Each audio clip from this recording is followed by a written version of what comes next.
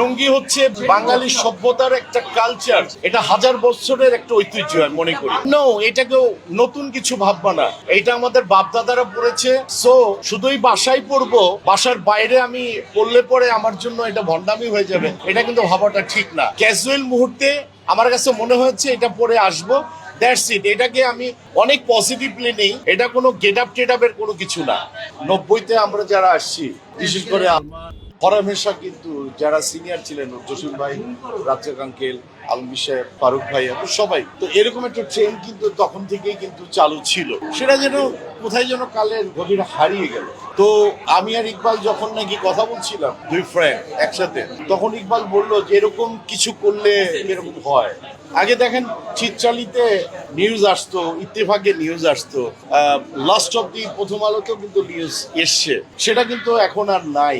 কোনো জায়গায় কিন্তু প্রচারের ব্যবস্থা করলে নাই। কিছু জিনিস ফেসবুক দিয়ে তো সাধারণ পুরো বাংলাদেশকে আর বিচার করা যাবে না, কয়জনই বা ফেসবুক ইউজ করছে। সেই ক্ষেত্রে যে কাজটি হয়েছে, এটা একটা অসাধারণ কাজ। ইকবালের মানে ইকবালকে কংগ্রেচুলেশন দিতেই হয়। আর ডেড বডি অসাধারণ একটি মানে কমার্শিয়াল ছবি হয়েছে, horror movie, it's really fantastic. আর এই ছবির অংশীদারিত্ব আমি একজন শিল্পী হিসাবে আছি এবং প্রতিনিধিত্ব করছি।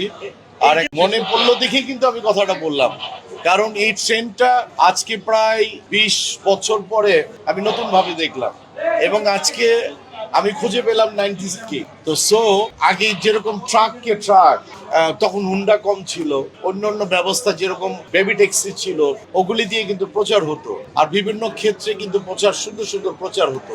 সেটা হারিয়ে গেল, আবার ফিরে এসছে মোহাম্মদ ইকবালের ডেড বডি ছবির প্রচার দিয়ে। হোপফুলি সারা বাংলাদেশ জানবে, বাংলাদেশের বাংলা ভাষাভাষী মানুষগুলি জানবে। তো আমার মনে হয় আমাদের বাংলাদেশে কিন্তু একটা ওয়েদার ক্রাইসিস চলছে, একটা ব্যাড ওয়েদার কিন্তু বিরাজমান হচ্ছে। আল্লাহ সুবহানাহু ওয়া তাআলার কাছে আমাদের ফরিয়াদ করা ছাড়া আর কোনো পথ নেই। আর 3 তারিখে আপনাদের ছবি ডেড বডি রিলিজ হচ্ছে। আর যারা অসুস্থ তাদেরকে তো আমন্ত্রণ জানাতেই পারবো না। যারা আমাদের মধ্যে একটু সুস্থ আছি, আমরা ডেড বডির সাথে থাকবো এবং ডেড বডিকে উৎসাহিত করবো। এবং যারা সাংবাদিক যারা আছেন, আপনারা আমাদের পরিপূরক, কিন্তু আপনারা কোনো আহামরি কোনো সাংঘর্ষিক নেই। আগে যেরকম আজাচু স্যার ছিলেন, আমি মনে করি সাংবাদিকের কলম মানি আমার কাছে আর্মসের একটা AK-47 মনে হয়। তো সেটাও কোথায় যেন হারিয়ে গেছে। আর আমাদেরও কিছু প্রবলেম আছে শিল্পীদের ভিতরে, আমাদের অনেক পোলাইট হইতে হবে, আরো মার্জিত হতে হবে। সেম তোমাদের ভিতর থেকেও এই জিনিসগুলি আমরা আশা করি। আমরা যারা সিনিয়র আছি, আমাদের যারা সিনিয়র, তারা তো এখন বলে না, ফেসে আসে না। তো সো আমরা কিন্তু একে তোমাদের পরিপূরক, কিন্তু আমাদের একটা বন্ডিংস, আমি মনে করি আমাদের একটা ফ্যামিলি।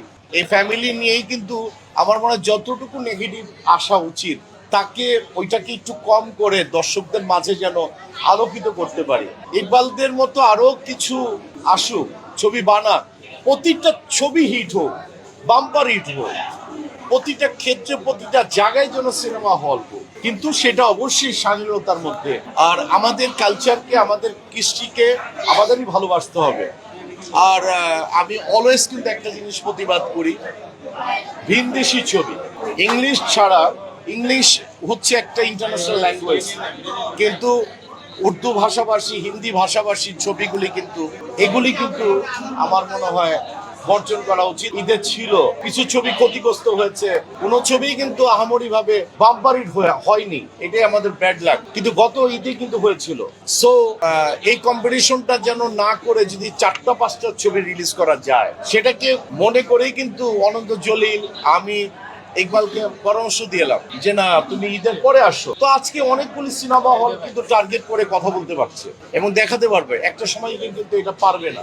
সো আপনাদের কাছে একটাই অনুরোধ করব যে ছবি দেখেন এবং পজিটিভ মাইন্ডে থাকি। তো এটা কেন নতুন বললাম, বোকার মতো প্রশ্ন করলাম। লিসেন টু মি, লুঙ্গি হচ্ছে বাঙালি সভ্যতার একটা কালচার, উপমহাদেশের একটি, কিন্তু এটা হাজার বছরের একটা ঐতিহ্য আমি মনে করি। নো, এটাকেও নতুন কিছু ভাববা না, এটা আমাদের বাপ দাদারা পড়েছে। সো শুধুই বাসায় পড়বো, বাসার বাইরে আমি পড়লে পরে আমার জন্য এটা ভণ্ডামি হয়ে যাবে, এটা কিন্তু ভাবাটা ঠিক না। ক্যাজুয়াল মুহূর্তে আমার কাছে মনে হচ্ছে এটা পরে আসবো, দ্যাটস ইট। এটাকে আমি অনেক পজিটিভলি নেই, পজিটিভ মাইন্ডে থাকা উচিত। এটা কোনো গেট আপ টেট আপের কোনো কিছু না।